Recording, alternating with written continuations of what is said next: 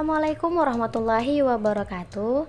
Hari ini kita masih bahas mengenai koordinat kartesius dan kita bahas di kegiatan selanjutnya, yaitu kegiatan 2.3.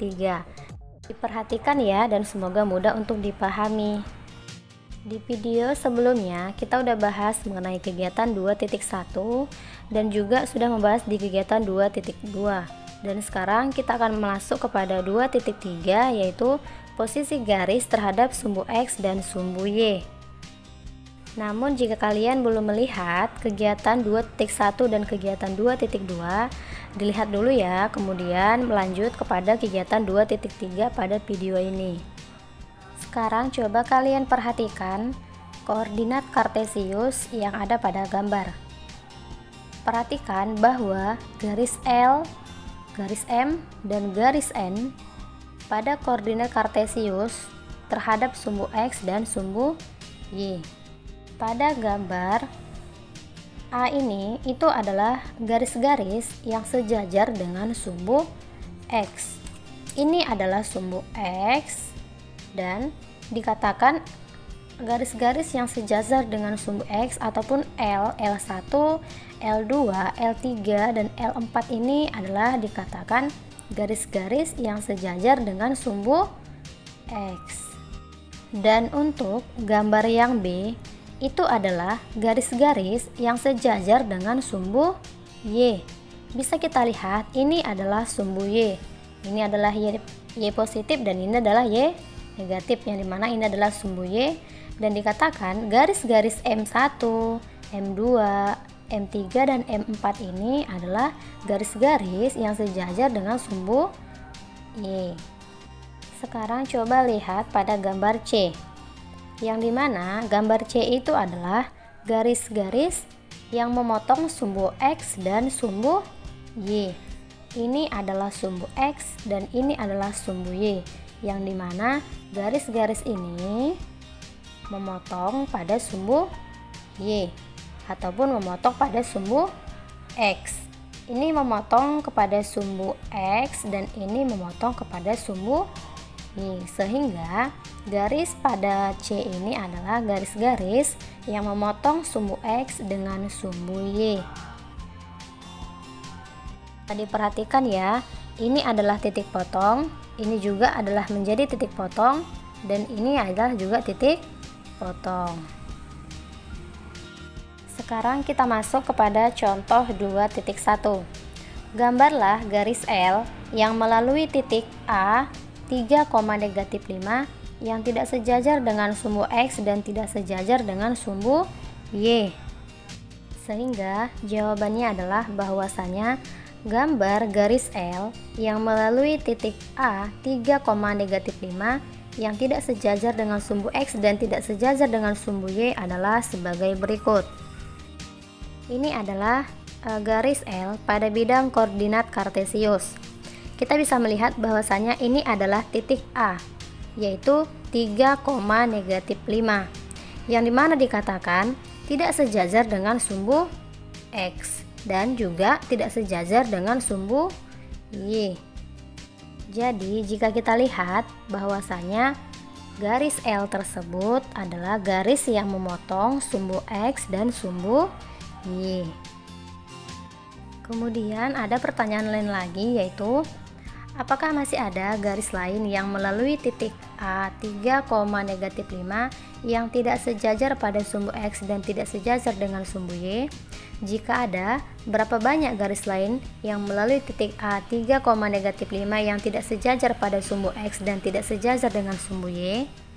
Sebelumnya kita harus ingat, jadi suatu garis tidak sejajar terhadap sumbu X dan tidak sejajar terhadap sumbu Y jika 1. Garis tersebut tidak vertikal atau tidak horizontal atau memiliki kemiringan, dan yang kedua, garis tersebut memotong sumbu X dan memotong sumbu Y.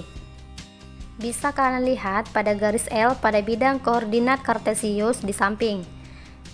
Garis L itu kita lihat dia tidak vertikal ataupun tidak horizontal, yang dimana memiliki kemiringan. Bisa kita lihat ya bahwasanya ini adalah miring ya. Kemudian yang kedua katanya, garis tersebut memotong sumbu X dan memotong sumbu Y. Jelas ya, kita lihat bahwasanya garis L tersebut memotong sumbu X dan memotong sumbu Y. Maka dengan demikian, garis tersebut dikatakan garis tidak sejajar terhadap sumbu X dan tidak sejajar terhadap sumbu Y. Kemudian, apakah masih ada garis lain yang melalui titik A 3,-5 yang tidak sejajar pada sumbu X dan tidak sejajar dengan sumbu Y? Ya, pasti masih ada.